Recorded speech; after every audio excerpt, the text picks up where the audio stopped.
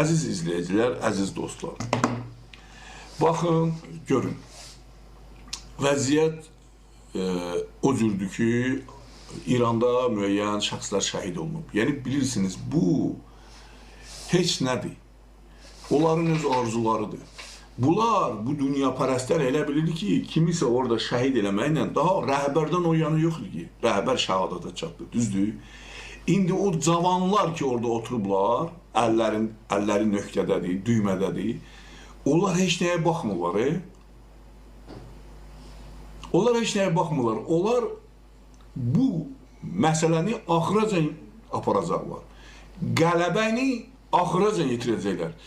Amerikanı regiondan iti qovan kimi qovacaqlar. İsraili regiondan iti qovan kimi qovacaqlar. İsrailin dövlətini darmadağın edəcəklər.